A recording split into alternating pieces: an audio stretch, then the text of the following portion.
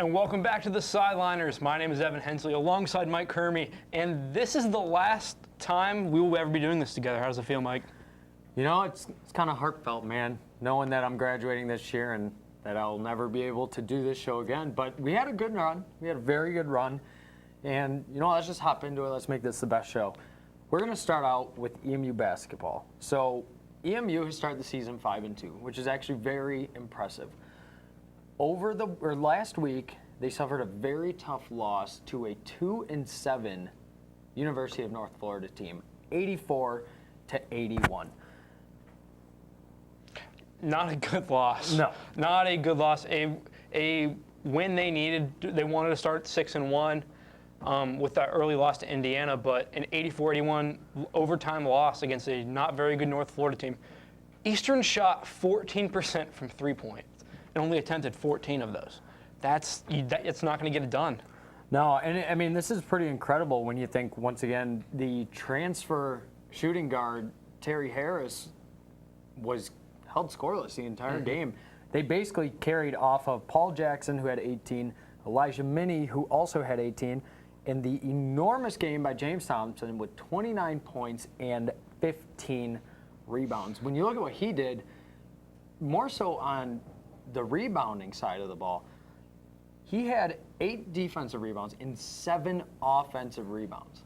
Now, for someone in this type of game, that's pretty incredible because everyone knows you're getting boxed out up there. Okay, to get an offensive rebound is usually just a tip out that someone picks up. But I was watching the game. He just dominated. He was going up, grabbing that ball, and the 29 points is proven he was putting them back. I mean, you'll see just looking at the stats, we played 41 minutes of the game. Paul Jackson alongside him played 40. Those guys were on the court for basically the whole game. And the bench didn't help at all. The bench scored a total of 8 points. Yeah. So it was literally between Paul Jackson, Elijah Minnie, and James Thompson to score as many points as they could. It just was not enough. No, and I think an interesting stat is we shot 2 of 14 from the three-pointers. Yeah. 2 of 14. Yeah. You can't win games like that. You just can't. And, I mean, it showed losing by 3. Who knows if, just one of those other ones went in. 3 of 14 is still not good, but it at least helps. And then tomorrow they go in to play Oakland at the Convocation Center at home. What is your, in a sense, prediction of the game? I think Easton's going to bounce back. I think this is a very big eye-opener team for Rod Murphy's crew. And I think we're going to see what this team's really made of going forward because this is a team that's going to be relying off the 3 stars we talked about before, Jackson, Minnie, and Thompson. And I think defensively, they just need to improve a lot more. Yeah. This is a team that in the past has relied off its defense. I just think it needs to improve. Yeah, and I think one interesting thing was even looking back at the last game and hoping for this game, Paul Jackson, our pure point guard, had 0 assists all of last game. He will definitely need to set that up, especially against a good Oakland team. But as long as James Thompson keeps dominating down low and Elijah Minnie being that phenomenal stretch forward that so far he has been all season long besides one game, I think they've got a good chance to bounce back, take it to 6-2, and just see where the season goes from there. I think you just got to start building up the best resume you can before MAC season gets rolling. Because you want to look good. You want to look good this early in the season. You want to win those non-conference games that are clearly winnable. And this is an opportunity to get an easy road win, and they just dropped the ball. Yeah, and especially you just want that momentum. You want to go into MAC play knowing, hey, we're coming off all these wins. We're hot. This team might not be. Let's go in there and take care of business. Now I want to focus on college basketball as a whole, okay? We were kind of discussing before, in your opinion, who are the top 3 teams in the country right now, not even based on rankings? I mean, it's way too early to say. Okay. I think Duke has been the clear-cut number 1. They've had to play a lot of come-from-behind games, but they're still coming out with a win at an early 10-0. Their freshmen look phenomenal. I'm sure you've watched quite a bit of them. Oh, yeah. They look phenomenal. And Kansas, another star guard. Oh, what's his name? It's at the top of my tongue right now. Can't think of it. Another star guard. They have another star senior guard. And I like State. I mean, the top 3, I think are right now the top three because Michigan State looked good. They have good wins over teams like Notre Dame and North Carolina, and they just have the resume early to prove that I think this is a really good team built up basically of all sophomores. Yeah, and see, for me, two of my top teams are in the top three also. Duke, like you said, they're just too solid. Hey, Marvin Bagley is going to be the #1 overall pick. He is phenomenal, even over Michael Porter Jr. from Missouri with that injury, and hopefully he comes back strong enough. I've got Michigan State because, like you said, strong wins over Notre Dame, North Carolina. But then my surprise pick is still North Carolina, and this is a team who's outside of the top 10 right now in rankings. But when you look at their one loss to Michigan State, they were held to the lowest shooting percentage in program history. And when you look at it, it wasn't like they were bad shots. It wasn't like Michigan State was really forcing all that many bad shots. They just couldn't put anything through.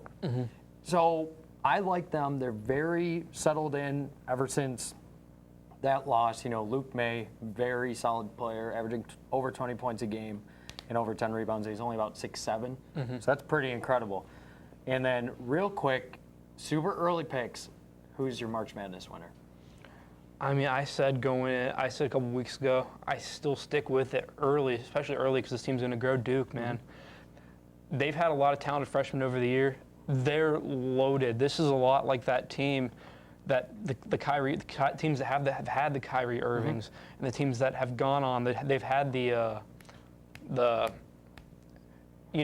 what I'm talking about, from the team from 3 years ago that won the national title. A lot of these are freshman driven, and Grayson Allen only helps it out. What about you? I just got UNC, man. Still too solid. But that's basically all the time we have for college basketball. When we come back, we're going to talk about the college football games that happened over the weekend. Are you an EMU student interested in getting a first-hand experience working at a radio station? Well, say no more. EMU offers a class through Eagle Radio that will thoroughly prepare you for a real-life experience. But first, you have to register for the class. Pick a date and a time slot. Then the world is yours. Eagle Radio allows you to be fully independent and customize your own show. Have real conversations about the news, celebrity gossip, update listeners about the weather, play a trivia game. It's your show.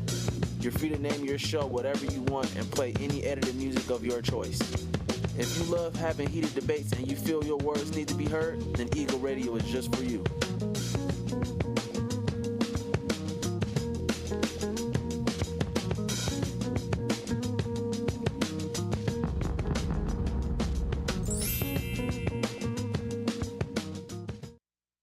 Welcome back. We're just going to get into it. We're talking about college football championship weekend. Over the weekend, and last show, we gave our predictions of the USC versus Stanford, the Clemson versus Miami, Georgia and Auburn, Oklahoma, TCU, and the OSU against Wisconsin, and Toledo against Akron. In a sense, they all kind of played out just how we expected. You know, we both had USC beating Stanford. We disagreed. We did disagree on the Clemson, but we're going to focus on the USC versus Stanford. And USC pulled off a very tough win, 31-28. Did you predict this? Yes, we both went 5-1. This is a really good USC team. I mean, they're not great. They could be really good next year.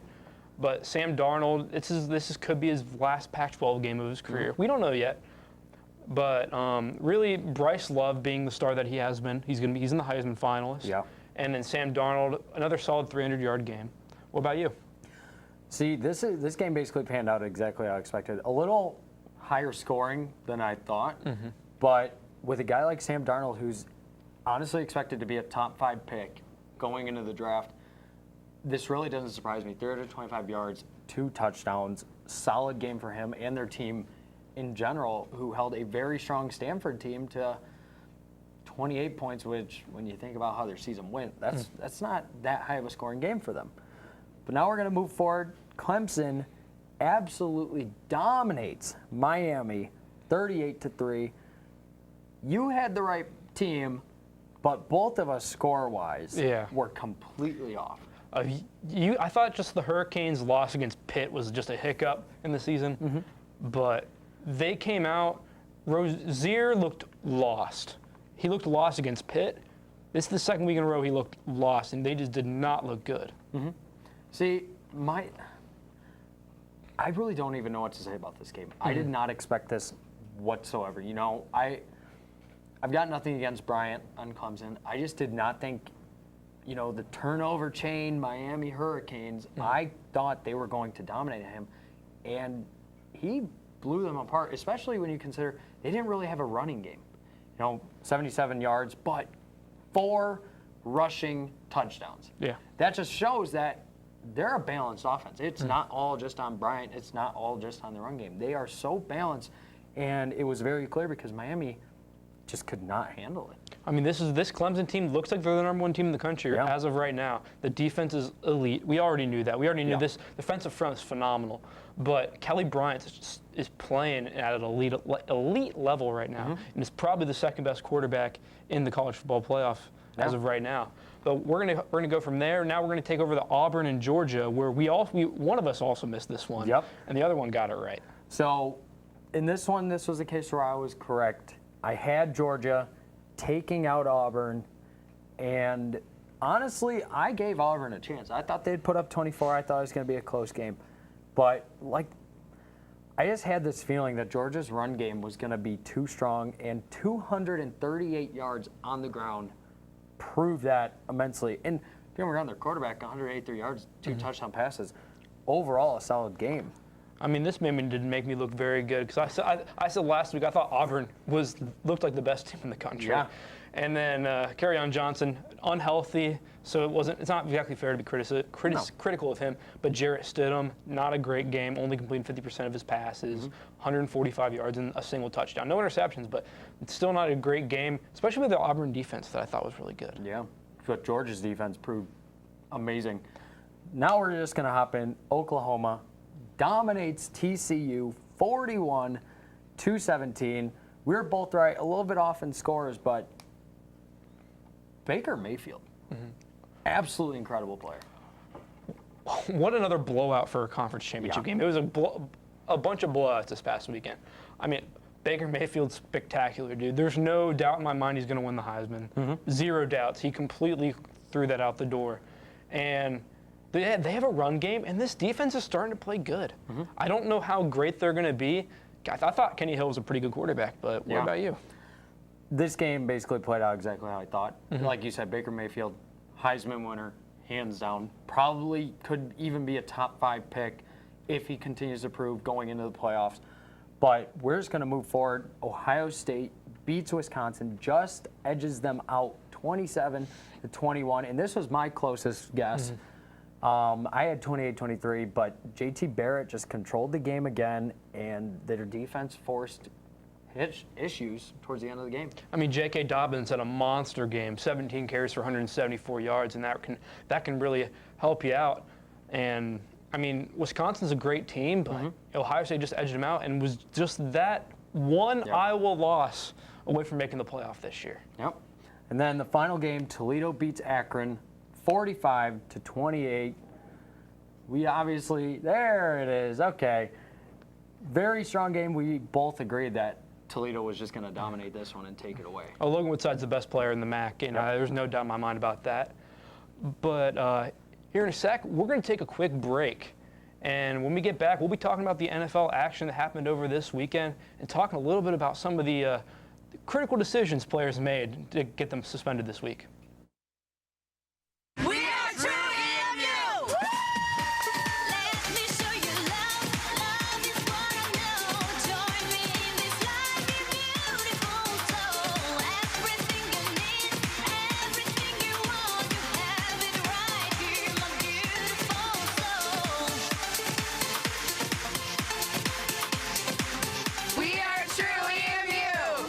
True EMU.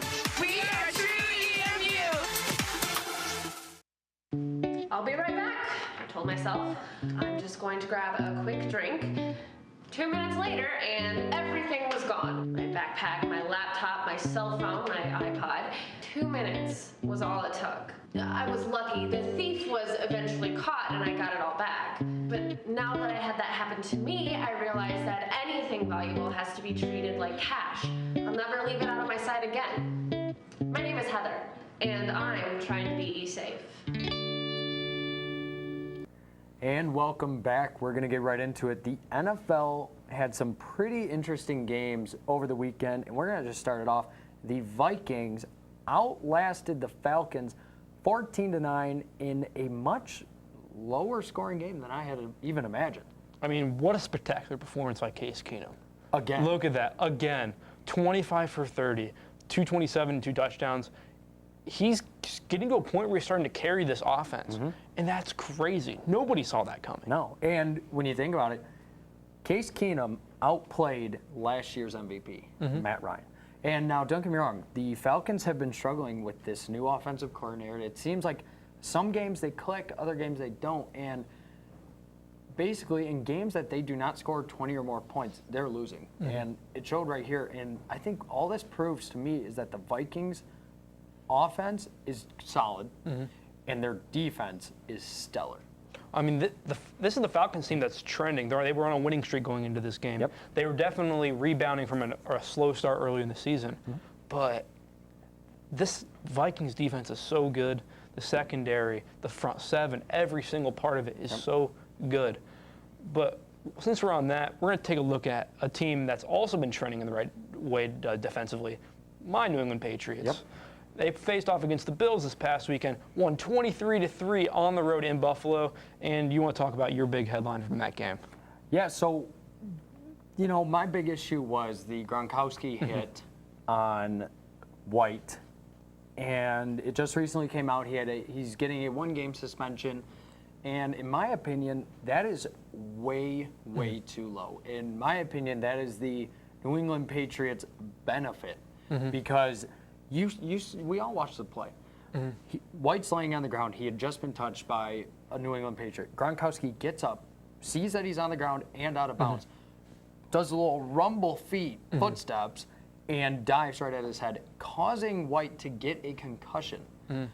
My thing is, imagine if some guy had done that to Tom Brady. That guy would be out of the league. It was all completely unnecessary. Yep. Completely outrageous that he did it.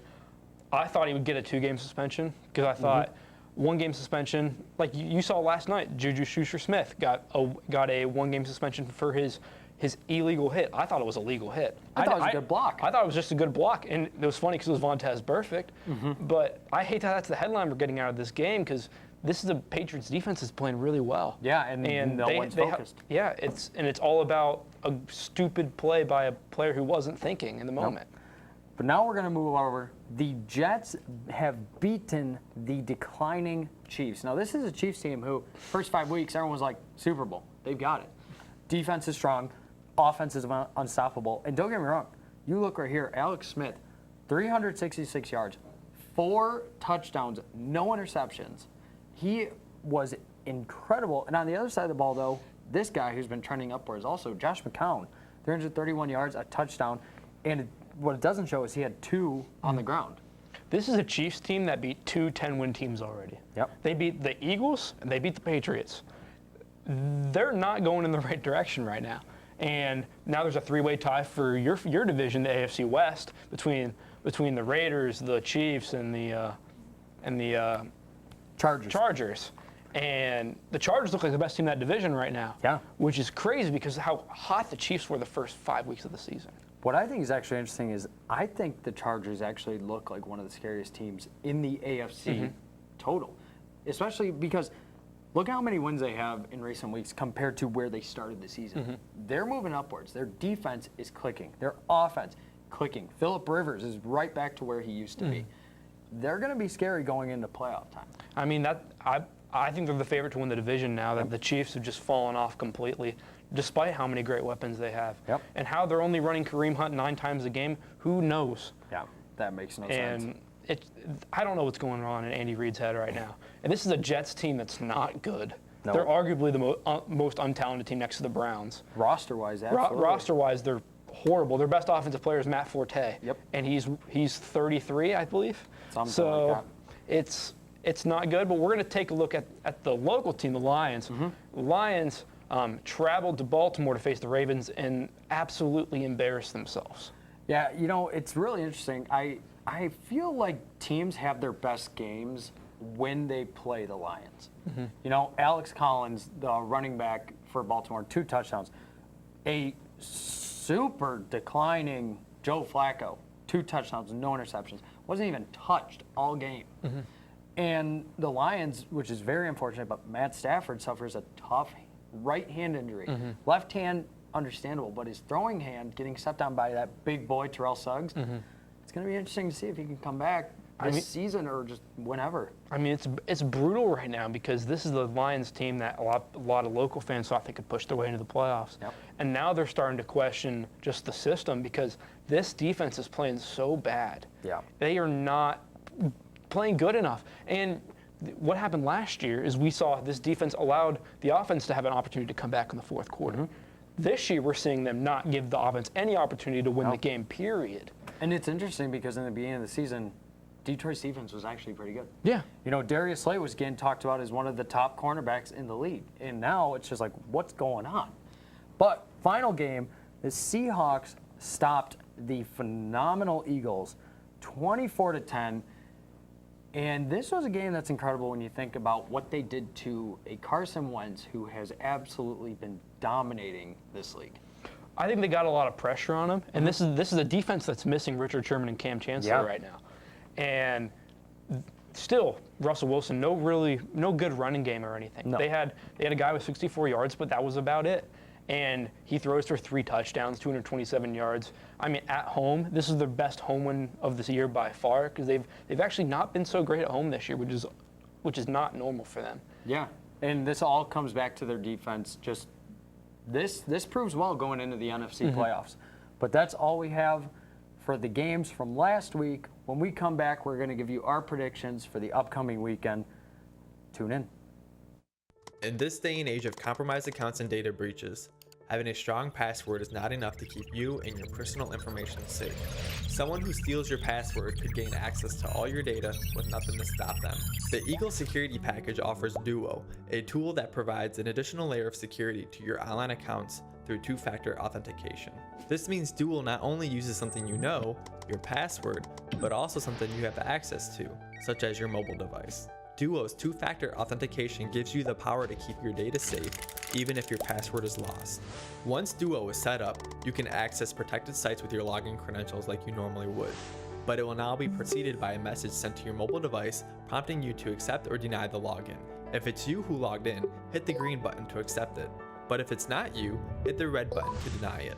By doing so, this extra step will take a forefront stance at protecting your online accounts from being compromised or breached, and you'll know right away if an attempt was made. For more information about Duo, please visit tiny.emich.edu/Duo.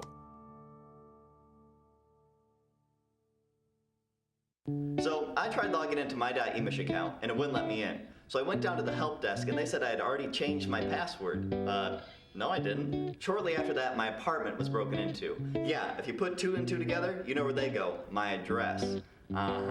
They got my password, got onto my .emich account, and stole my class schedule and my home address. They knew when I wasn't going to be home. I should have known that a password of ABCD1234 isn't too hard to guess. Now, I'm more careful about choosing a password. I take a word that's 8 to 10 letters long that isn't too personal to me, and I change some characters around. For example, the word college, COLLEGE. I can change the L's to 7s and the E's to question marks. Don't use college, okay? You have passwords for a reason. Take the time to make one that is unique and easy for you to remember, yet hard for someone else to figure out. My name is Daniel, and I'm trying to be safe. Welcome back to the Sideliners, and it's time for mine and Mike's last prediction of the year. And maybe ever. Maybe, you don't know. Yeah. But take it away, Mike. We're going to just start it off. My predictions. The first game, Saints versus Falcons, and I've got it being 34-24 Saints. I imagine Matt Ryan figuring out the offensive coordinator system, but the Saints offense is just way too strong. I got the Raiders beating the Chiefs 24-21 only because the Chiefs are on a decline, and I don't know if they can figure it out. Vikings will dominate the Panthers, excuse me. 2 touchdowns in the pass game, 2 touchdowns in the run game, both by Latavius Murray in the run game. Eagles will outlast the Rams 21-17, and Carson Wentz is going to figure it out again. Jared Goff still going to have a great game, 2 touchdowns. And then the Seahawks will beat the very tough defensively Jacksonville Jaguars 17-14. And he's going to do it with the fact that, I mean, Russell Wilson has no offensive line whatsoever. Oh, I know. It makes it really hard, especially because this running game is not getting rolling early. No. But on to my predictions, I agree with you just about every way you talked. I like the Saints in this one, 31-28. I think Alvin Kamara is going to have another big game. I think the Raiders are definitely trending in the right direction. I think the Raiders and Chiefs are trending in different directions right now. Yeah. And Derek Carr is going to do another win against a division rival. I have the Vikings over the Panthers 27-17 because Cam Newton is not having a good year and nobody's talking about it, despite how good that defense has been playing for Carolina. And then the Eagles, I think they dropped 35 points on the Rams. I know it's a lot of points, but this is an Eagle offense that's going to bounce back after a 10-point performance in Seattle. And then, speaking of Seattle, Seattle is taking on the Jags 24-13. I like the Seahawks, and I think Russell Wilson throws another 3-touchdown game. Yeah, you know, this is gonna be a really fun week because it's all rivals. You know, the Saints, Drew Brees, arguably one of the best quarterbacks to ever play the game, going against former MVP. You know, who knows what's going to happen there. Like you said, the Raiders trending upwards, Chiefs on a free fall, straight down. I don't know, because Derek Carr is still not the same Derek Carr that we saw the last, 2 years? I think that offensive line is just not playing very well. It doesn't help when Amari Cooper and Michael Crabtree aren't out there either. True. And then you're talking about how great these games are. You have last year's first and second overall picks in the NFL draft going up against each other in the Eagles and the Rams. I can't wait to see that game. And I made the comment, I think it was last week, you know, I wish one of these teams were in the AFC so that we could see a Super Bowl between these two in the future. But, you know, that's the next best thing besides maybe a playoff game against the two. And I just like Carson Wentz. I think the run game gets going much better than they did against Seattle, where they only had 98 yards too. Oh, it's not like they don't have the weapons, but since we're still talking about football, I know you wanted to talk about college football playoff predictions real quick. Yeah. Do you want to shoot yours out real quick? Yeah, so I still have Alabama winning, but it's going to be Alabama against Oklahoma. Close game, but Alabama's going to do what they do best, and they're just going to fight it out. And I really like Clemson versus Oklahoma. I think this is a really good Clemson team. And then Baker Mayfield. I think Baker Mayfield might actually torch Georgia. I don't think this game could honestly not be very close, and I wouldn't be surprised. Yeah. But you know, that's all we have today. You want to sign us off today?